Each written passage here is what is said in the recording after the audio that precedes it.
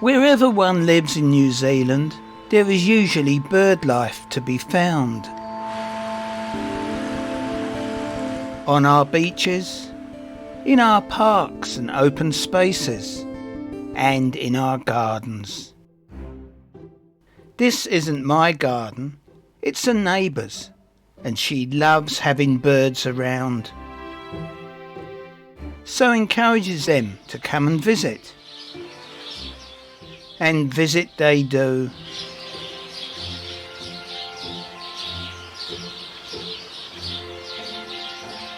But whenever I go next door to try and capture some movie shots, the birds take off and sit next door on my roof, leaving me with souvenirs. Fertiliser, my neighbour calls it, but I would use another name. My neighbour feeds the birds twice a day. Bird seed in the morning and bread in the afternoon. They always know when it's feeding time and sing for their supper. Up on her balcony, the doves patiently wait. Grubs up as the sparrows have a bite, while others play. As winter changes into spring, the birds are busy making nests and laying eggs, which they patiently hatch. And when hatched, the babies need to be fed. As the chicks quickly grow in size,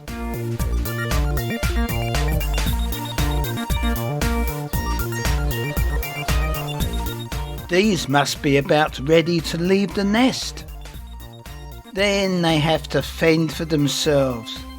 But there is plenty of insect food to be found in the garden, often hidden from sight under leaves, or entangled in webs and cobwebs.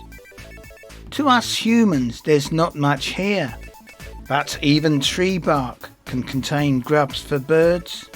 Whilst my garden bark gets thrown around when they search for dinner, for birds don't tidy up afterwards. But what's this? Well, if you're an insect, it doesn't pay to hang around, or you end up getting trussed up for a spider's dinner.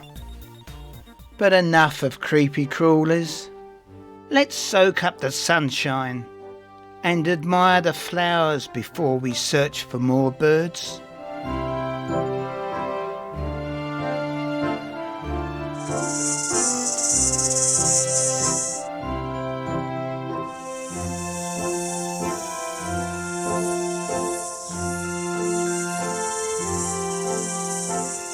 Later in summer months, discarded insect casein shells are common in the garden, shed mainly by cicadas as they turn into adults. The bag moth, also common around the garden. I wonder what adhesive it uses to cling, as they are stuck very firmly. This one is hanging on my garden gate. Praying mantis, often found in the garden around April and May, usually females, heavily pregnant.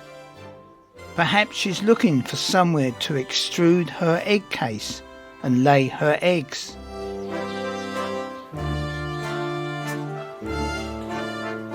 If you look closely at her abdomen, you can see it flexing as if something is going to happen. But no eggs appeared, and eventually she took off to somewhere else in the garden. Maybe she was camera shy.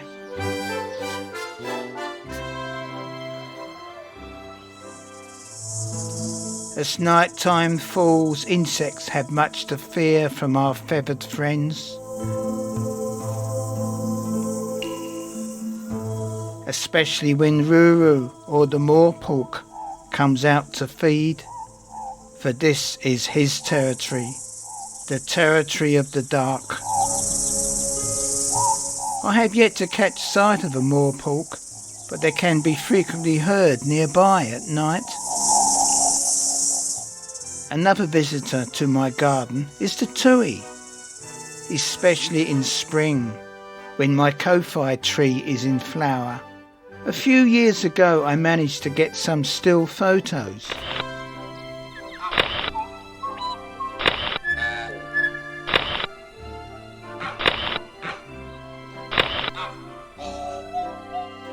So the following year I set up my video camera ready. But the tui didn't come. Yet they were in the neighbourhood as I could hear them.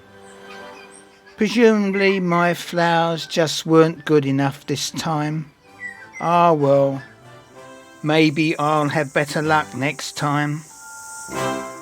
Anyway, let's try another way of getting some bird close-ups. Bred on my balcony, with myself and camera indoors shooting through a window. There were blackbirds in nearby trees, but my bread remained untouched. And then the wind got up. One blackbird did come down for a quick look, but didn't stay. And as the sun went down, the wind blew much of my bread onto the deck, and the remaining pieces looked very lonely. Perhaps the birds could see me through the window and were keeping away, or maybe I should have added butter and jam. Then there was Derek the dove. He appeared one day, perched silently on my garden furniture. No visible injuries, and he ate, drank and slept, but he just sat there contemplating, seemingly unable to fly properly.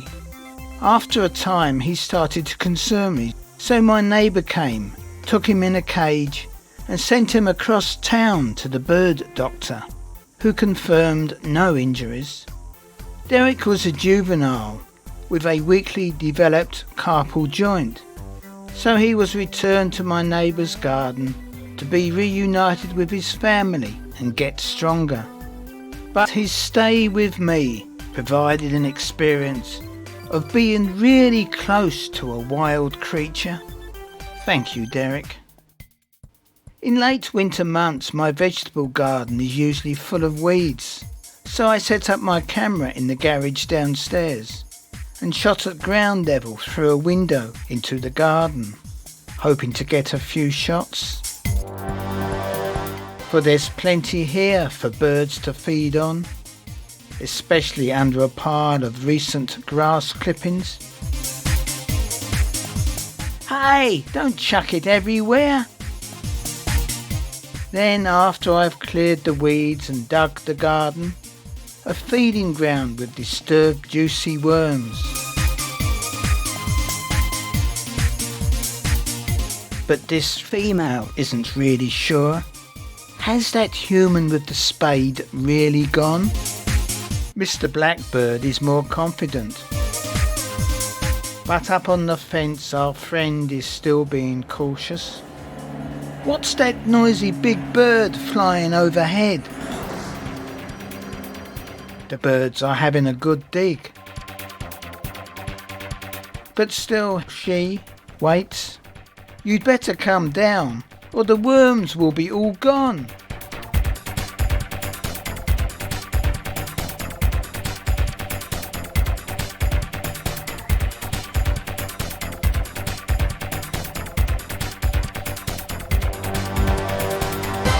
At last, down on the ground. But there's still uncertainty. Perhaps they can sense my presence.